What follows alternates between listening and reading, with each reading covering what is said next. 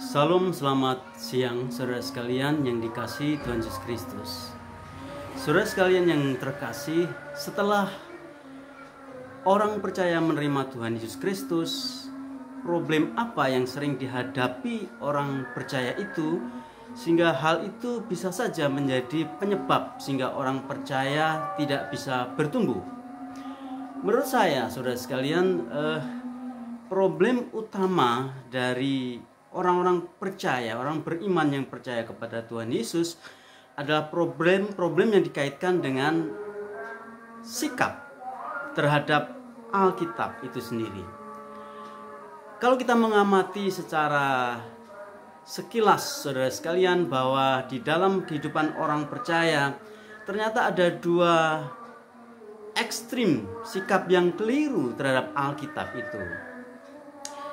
Sikap yang keliru yang pertama ialah sebagian orang Kristen secara rasional melihat Alkitab itu seperti buku kuno, yakni semacam peninggalan arkeologi, di mana pada waktu seseorang membaca Alkitab, dia akan mendapatkan banyak sekali informasi mengenai bangsa Israel tempo dulu. Banyak sisi ditemukan di situ, sejarah, pengajaran, hikmat, dan sebagainya. Dan fungsi dari semuanya itu ialah sebatas sebagai pelajaran moral bagi orang-orang Kristen modern. Ya, kalau itu cocok dan masih berguna bagi hidup kita zaman sekarang, kita pergunakan. Ya, kalau tidak, ya itu sebagai satu bahan pengetahuan saja. Itu ekstrim pertama, di mana sebagian orang Kristen mungkin melihat Alkitab tidak lebih sebagai tulisan-tulisan kuno, seperti tulisan-tulisan kuno yang lainnya. Sebagian lain, orang-orang Kristen memiliki sikap yang ekstrim bahwa melihat Alkitab itu secara mistik. Maksudnya ialah bahwa Alkitab dipandang sebagai kumpulan tulisan-tulisan yang berisi kalimat-kalimat ajimat, kalimat-kalimat sakti. Sehingga orang Kristen sebagian ini berpendapat kalau kita memakai ayat-ayat Alkitab atau kalimat-kalimat Alkitab, maka kita bisa pergunakan itu sebagai mendatangkan berkah khusus, sehingga niat-niat kita berhasil kalau kita ucapkan ayat-ayat itu, dan itu akan mendatangkan rezeki atau apa saja. Misalnya ada contoh, ada orang Kristen yang memakai doa Bapa Kami seperti itu misalnya. Kalau misalnya mau cari kerja atau apa sebelum berangkat, ya kita ucapkan doa Bapa Kami 3 kali, 7 kali dan sebagainya, dengan keyakinan kalimat-kalimat itu akan mendatangkan berkah. Seperti itu. Nah, saudara sekalian, ini yang disebut sebagai pandangan mistik di antara orang-orang Kristen yang mungkin saja terjadi. Apakah itu berdampak? Tentu saja berdampak. Karena kedua sikap tersebut tidak akan bisa memberikan hasil pada tujuan Alkitab itu sendiri sebagai tulisan-tulisan firman Allah yang dapat memberikan pertumbuhan rohani kepada setiap orang percaya. Nah, berkenaan dengan itu, saudara sekalian yang dikasihi Tuhan Yesus Kristus, pada siang yang berbahagia ini, mari kita merenungkan sebuah perenungan singkat yang diberi judul Ciri Orang yang Dipenuhi Roh Kudus Menjunjung Tinggi Firman. Ciri orang yang dipenuhi Roh Kudus menjunjung tinggi firman, di mana tema ini akan kita bahas berpusatkan pada nats firman Tuhan yang terdapat dalam Injil Yohanes pasal 16 ayat 12 sampai 15. Injil Yohanes pasal 16 ayat 12 sampai 15. Saya akan membacakan nats tersebut, saudara bisa mengikuti di dalam hati saudara masing-masing. Firman Tuhan berbunyi demikian. Masih banyak hal yang harus kukatakan kepadamu, tetapi sekarang kamu belum dapat menanggungnya. Tetapi apabila Ia datang, yaitu Roh Kudus, Ia akan memimpin kamu ke dalam seluruh kebenaran, sebab ia tidak akan berkata-kata dari dirinya sendiri, tetapi segala sesuatu yang didengarnya, itulah yang akan dikatakannya, dan ia akan memberitakan kepadamu hal-hal yang akan datang. Ia akan memuliakan aku, sebab ia akan memberitakan kepadamu apa yang diterimanya daripadaku. Segala sesuatu yang Bapa punya adalah aku punya.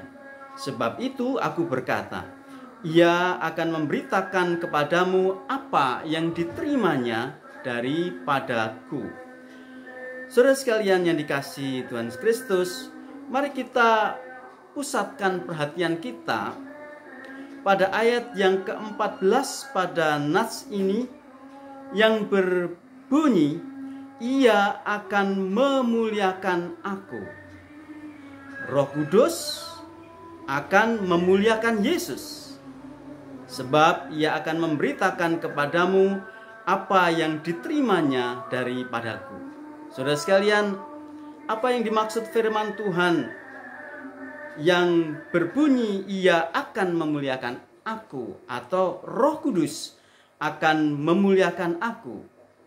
Mari kita coba pahami kalimat ini supaya kita nanti bisa memahami hal yang paling hakiki dalam kehidupan Kristen kita, dan kita memperoleh manfaat dari itu dan bertumbuh sebagaimana Tuhan kehendaki, bahwa keselamatan orang percaya itu bukan tanpa tujuan. Bahwa tujuan dari penyelamatan Allah di dalam Kristus itu sangat jelas dan hanya satu tujuannya, yakni setiap orang percaya akan bertumbuh ke arah kedewasaan, dan ukurannya ialah menjadi serupa dengan Tuhan Yesus sendiri.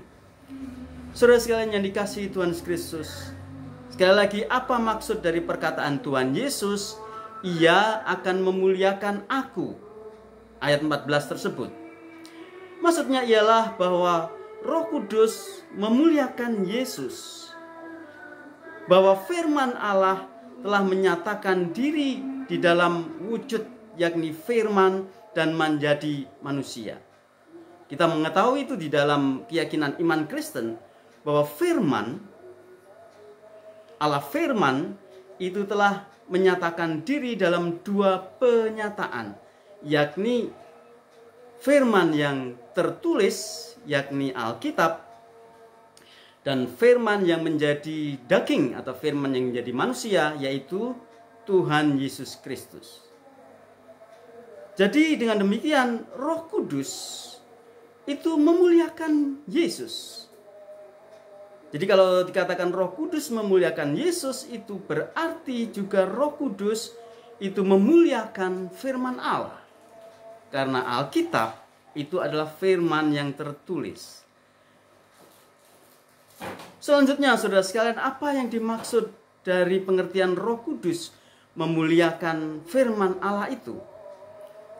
Maksudnya adalah bahwa Roh Kudus bekerja menyatakan segala kemuliaan dan kekayaan Yesus menjadi terwujud di dalam dan melalui pemahaman terhadap Alkitab.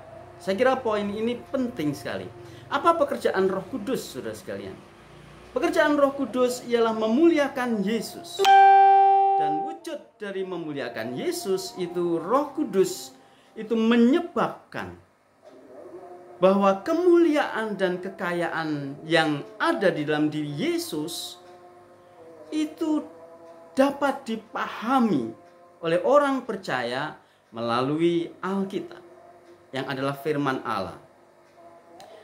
Saudara sekalian, jadi pusat perhatian utama dari orang percaya adalah memahami segala kemuliaan dan kekayaan Tuhan Yesus di dalam Alkitab, dalam terang bimbingan Roh Kudus.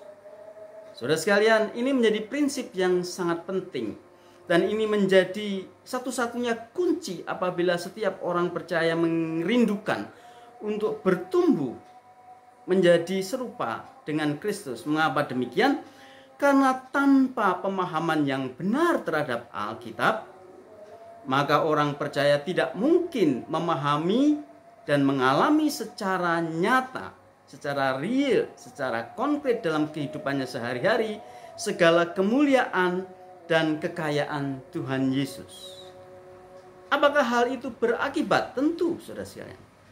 Akibatnya apa? Akibatnya ialah walaupun mungkin orang Kristen percaya kepada Tuhan Yesus, dan mungkin dia sudah berpuluhan tahun percaya kepada Tuhan Yesus, tetapi bisa saja hati dan batinnya itu tetap menderita, tetap miskin. Kenapa?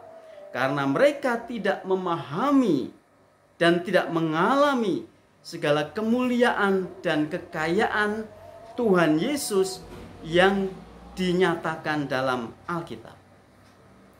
Saudara sekalian, begitu sentralnya peranan Alkitab bagi pertumbuhan rohani setiap orang percaya, bahwa bahkan tanda dari seorang yang dipenuhi Roh Kudus adalah kesukaannya terhadap Alkitab.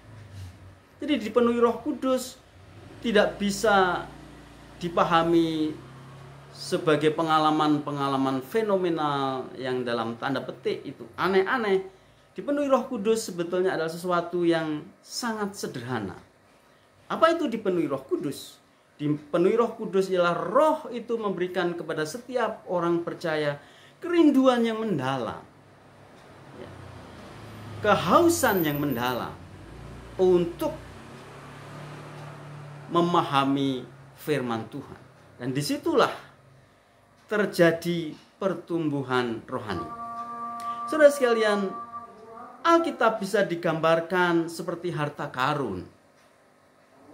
Siapa yang menggali dan siapa yang rajin menggali kebenarannya akan memperoleh harta yang tidak ternilai harganya, yakni segala kemuliaan dan kekayaan pribadi dan nilai-nilai kekal Tuhan Yesus. Jadi saudara sekalian, ternyata orang-orang Kristen pun bisa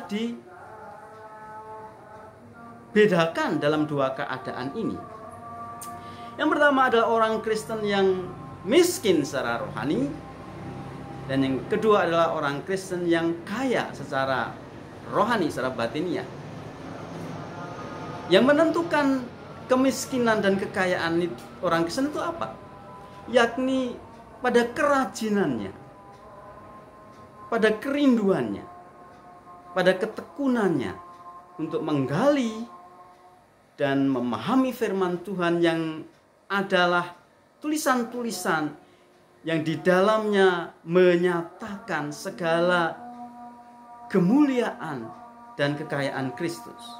Saudara sekalian, kalau kita memiliki kemuliaan dan kekayaan Kristus, sebetulnya hidup kita sudah selesai.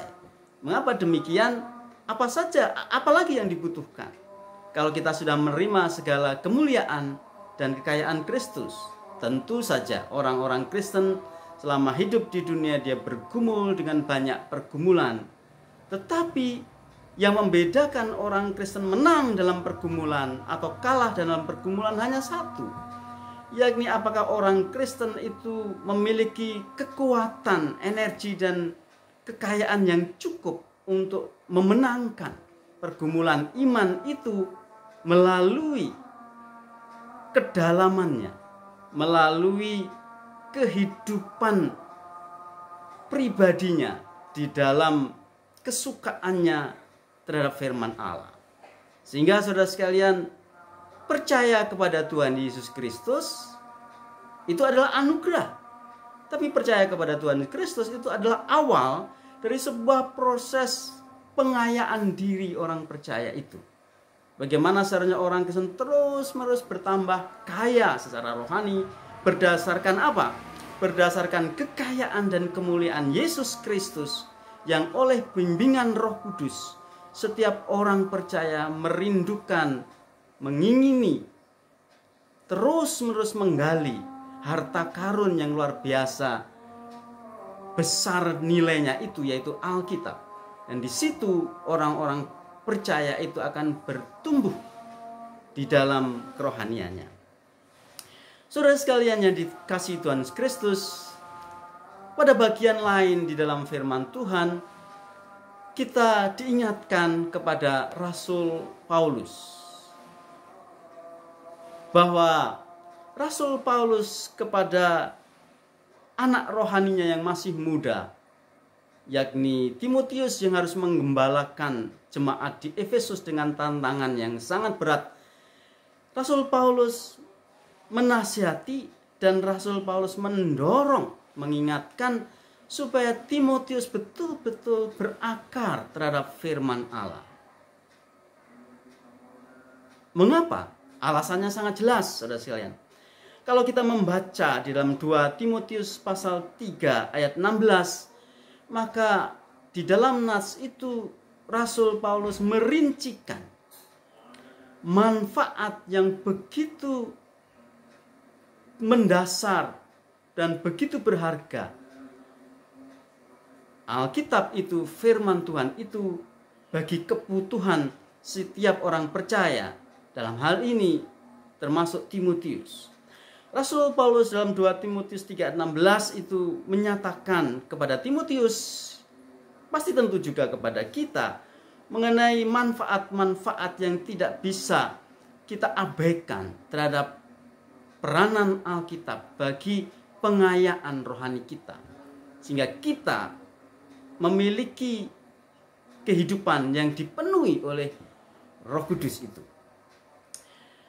Manfaat yang pertama dirincikan oleh Rasul Paulus bahwa Alkitab itu bermanfaat untuk mengajar. Saudara sekalian, poin ini menegaskan pentingnya pengetahuan yang benar. Kita mengetahui bahwa di dunia ini ada begitu banyak pengetahuan yang ditawarkan oleh dunia ini. Hikmat, kebijaksanaan, pengetahuan. Nah, saudara sekalian yang dikasihi Tuhan Yesus Kristus, tentu saja orang-orang percaya bisa mempelajari banyak hal dalam kehidupan itu. Bahkan ada slogan yang menasihati supaya kita mencari ilmu sampai ke negeri China, gitu ya. Artinya bahwa kita harus belajar seumur hidup kita. Terus belajar selama kita masih ada kesempatan. Tentu itu sendiri tidak salah. Tetapi saudara sekalian, Rasul Paulus memberitahukan kepada Timotius bahwa dasar dari dan akar dari semua pengetahuan yang benar itu adalah Alkitab itu sendiri. Karena Alkitab ini berkaitan dengan pengetahuan yang benar yang dibutuhkan setiap manusia agar manusia memiliki pemahaman yang benar terhadap hal-hal yang paling mendasar, terhadap hal-hal yang paling hakiki dalam hidup itu. Sehingga melalui pengetahuan yang benar itu, saudara sekalian, dia mendapatkan pencerahan batin untuk melihat dirinya, untuk melihat sesamanya, untuk melihat lingkungan dan kehidupannya, untuk melihat dan menjalani hidupnya dengan pengetahuan yang benar. Saudara sekalian, kita diingatkan oleh sebuah Amsal yang mengatakan banyak orang menganggap jalan itu lurus tetapi ujungnya menuju maut. Artinya apa, saudara sekalian?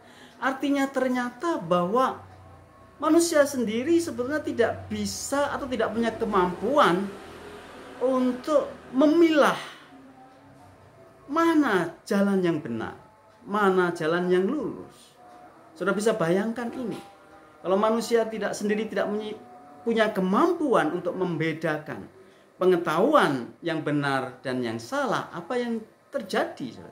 Nah, itulah sebabnya mengapa Alkitab mutlak dibutuhkan supaya orang-orang percaya diberikan pencerahan pikiran untuk mengetahui dengan pasti mana yang benar, mana yang salah. Alkitab mengajar orang percaya, supaya orang percaya memiliki pengetahuan, pemahaman yang benar dan tidak tersesat kepada nilai-nilai yang nampaknya benar tapi sebetulnya salah. Itu adalah manfaat yang pertama, dan di situ kita akan memperoleh segala kekayaan rohani atau memperoleh kemuliaan dan kekayaan Kristus yang menjadi indikasi tanda bahwa kita adalah orang-orang percaya yang dipenuhi oleh Roh Kudus. Saudara, manfaat yang kedua yang dirincikan oleh Rasul Paulus ialah Alkitab bermanfaat untuk menyatakan kesalahan. Hal ini berkaitan dengan nilai, moral, dan perilaku. Saudara sekalian, pada zaman sekarang ini sering terjadi bahwa benar salah itu menjadi sesuatu yang relatif, ya. Yang dulu dianggap benar, mungkin sekarang sudah tidak lagi dianggap sebagai sebuah kebenaran. Yang dulu dianggap sebagai dosa, yang mungkin sekarang dianggap sebagai tidak sesuai dengan kebiasaan saja. Nah, contohnya banyak sekali dalam kehidupan kita. Kalau zaman dulu orang hidup bersama-sama tanpa menikah itu dianggap atau dinilai sebagai suatu dosa. Tapi mungkin sekarang itu dianggap sebagai sebuah yang tidak sesuai dengan kebiasaan masyarakat saja. Nilai-nilai itu bisa menjadi sangat berubah, saudara sekalian. Nah, ini berkaitan dengan poin yang kedua dari manfaat Alkitab. Bahwa Alkitab itu memiliki kebenaran yang tidak berubah dan absolut. Karena Alkitab itu memiliki kebenaran yang absolut, maka Alkitab itu bisa dipercaya untuk menyatakan yang benar dan membedakan yang salah. Itu manfaat yang kedua, saudara sekalian. Manfaat yang ketiga adalah Alkitab bermanfaat untuk memperbaiki kelakuan. Saudara sekalian, ini puji Tuhan bahwa Alkitab bukan hanya berisi mengenai hikmat dan pengetahuan yang berkaitan dengan akal dan rasio manusia. Tapi Alkitab itu adalah tulisan-tulisan yang berkuasa untuk merubah perilaku manusia. Inilah yang disebut sebagai kuasa transformatif dari Alkitab, di mana Alkitab memiliki kuasa untuk merubah manusia, perilaku manusia. Hal ini saudara-saudara memberikan pengharapan yang luar biasa indahnya, bahwa di dalam iman Kristen tidak ada kehidupan yang terlalu buruk, terlalu gelap, yang tidak bisa diperbaiki oleh firman Tuhan. Sungguh luar biasa.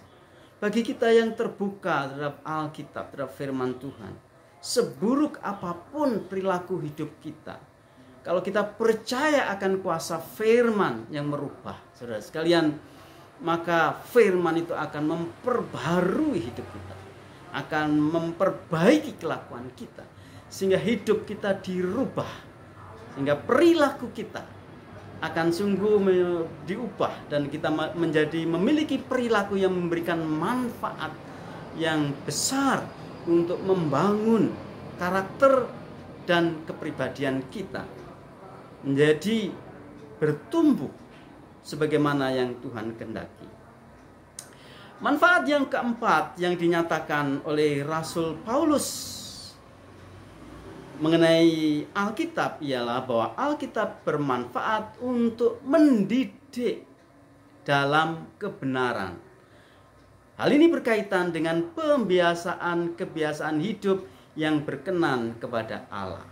Saudara sekalian, ada orang atau ada pandangan yang mengatakan bahwa saat ini itu banyak orang yang terpelajar tapi tidak terdidik. Ya. Sekarang kalau ada anak-anak SMP bergerombol, anak-anak SMA bergerombol, saudara sekalian, dengan bawa tas, kita tidak sering tidak bangga. Kenapa, saudara? Karena pada waktu mereka bergerombol, di tas mereka bukan hanya berisi buku, ya, tapi juga berisi pentung, ya, berisi celurit, berisi apa saja. Untuk apa? Untuk tawuran dan sebagainya. Saudara sekalian, terpelajar saja tidak cukup. Karena terpelajar ini berbicara berkaitan dengan pengetahuan, knowledge kita. Terpelajar juga harus disertai dengan keterdidikan atau terdidik. Terdidik ini berbicara mengenai pembiasaan hidup yang baik. Di sebuah negara maju, saudara sekalian, ada sebuah kebijaksanaan dalam pendidikan sekolah dasar itu, bahwa yang dipentingkan itu bukan penguasaan matematika. Aneh, saudara sekalian, bahwa di kelas-kelas tertentu, kelas-kelas awal di SD itu yang dipentingkan itu ialah anak-anak sekolah itu terbiasa antri, bukan menguasai matematika, tapi terbiasa antri, membiasakan untuk antri, karena antri atau biasa antri ini berkaitan dengan mentalitas dan pembiasaan hidup, penguasaan diri, atau dengan kata lain, pendidikan itu terkait dengan penguasaan diri, penguasaan emosi. Nah, ini manfaat yang penting di dalam Alkitab, bahwa kekristenan bukan hanya berbicara mengenai pengetahuan yang hebat tentang Allah, tapi kekristenan itu juga berbicara mengenai pembiasaan hidup dengan Allah. Bukan hanya sebatas pengetahuan yang hebat tentang Allah, pengetahuan yang benar dengan Allah, tetapi juga kebiasaan hidup yang benar dengan Allah. Saudara sekalian yang dikasihi Tuhan Kristus, ini adalah manfaat yang keempat dari Alkitab yang begitu penting. Alkitab bermanfaat untuk mendidik dalam kebenaran. Oleh karena pada waktu manusia jatuh dalam dosa, maka manusia tidak lagi memiliki potensi, naluri, dan nurani untuk terbiasa dengan kebenaran, tetapi dia mulai terbiasa dengan nilai-nilai yang tidak benar. Dan dalam hal ini Allah bukan hanya memberikan firman Allah sebagai pengetahuan, tapi firman itu mendidik orang percaya untuk memiliki habituasi, pembiasaan hidup baik secara jasmaniah maupun secara rohaniah yang benar di hadapan Allah. Apa ini berkaitan dengan pembiasaan hidup jasmaniah? Oh, tentu saja demikian. Orang-orang yang memiliki kebiasaan rohaniah yang baik, dia sudah pasti memiliki kemampuan untuk memiliki pola hidup dan kebiasaan hidup yang baik, yang memberikan manfaat yang baik bagi tubuhnya, bagi organ-organ tubuhnya, menjaganya sedemikian rupa supaya organ-organ tubuhnya itu terpelihara melalui habituasi, pembiasaan hidup yang baik dan benar. Saudara sekalian yang dikasihi Tuhan Kristus, jadi apakah artinya Roh Kudus memuliakan firman? Artinya ialah Roh Kudus menyatakan segala kemuliaan dan kekayaan Yesus yang terdapat dalam Alkitab. Sehingga apabila hidup kita dipenuhi dan dibimbing Roh Kudus, kita akan dibimbing untuk memahami Alkitab, yang adalah tulisan-tulisan tentang segala kemuliaan dan kekayaan Yesus. Itulah sebabnya dalam kehidupan iman kita, marilah kita tidak mengandalkan pengertian kita sendiri, tidak mengandalkan pengalaman kita sendiri. Mengapa? Karena pengertian dan pengalaman kita sendiri sama sekali tidak bisa menjadi jaminan bahwa kita akan memperoleh bimbingan kebenaran. Atau jangan mengandalkan kata orang. Tentu Ini tidak berarti kita tidak boleh mempertimbangkan nasihat orang lain, tentu saja. Nasihat-nasihat yang baik kita butuhkan. Tetapi dalam hal ini, saudara sekalian, siapapun juga itu tidak bisa menjadi ukuran kebenaran. Apa yang bisa menjadi ukuran kebenaran satu-satunya yang mutlak itu? Yaitu adalah firman Allah sendiri. Itu berarti kita harus betul-betul mengutamakan memahami Alkitab. Caranya bagaimana? Ya, caranya nampaknya begitu sederhana, tapi mungkin ini banyak tidak dilakukan oleh orang percaya. Mengapa sederhana? Karena sebetulnya untuk memperoleh kekayaan dan kemuliaan Kristus dalam Alkitab, caranya hanya kita harus menyediakan waktu yang tidak lama, saudara sekalian. Mungkin setengah jam setiap hari cukup. Untuk apa? Untuk secara rutin membaca Alkitab. Secara berurutan dari perjanjian lama ke perjanjian baru. Ya mungkin 3 pasal tiap hari.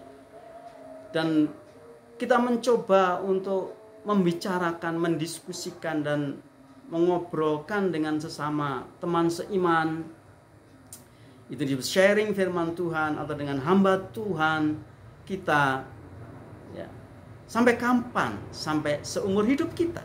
Karena dengan cara itulah kita akan memiliki segala kekayaan dan kemuliaan Kristus. Mungkin kita beralasan, Pak, sekarang saya tidak bisa baca lagi karena usia dan karena sulit baca dan sebagainya. Saudara sekalian, zaman sekarang itu sudah sangat mudah, saudara sekalian.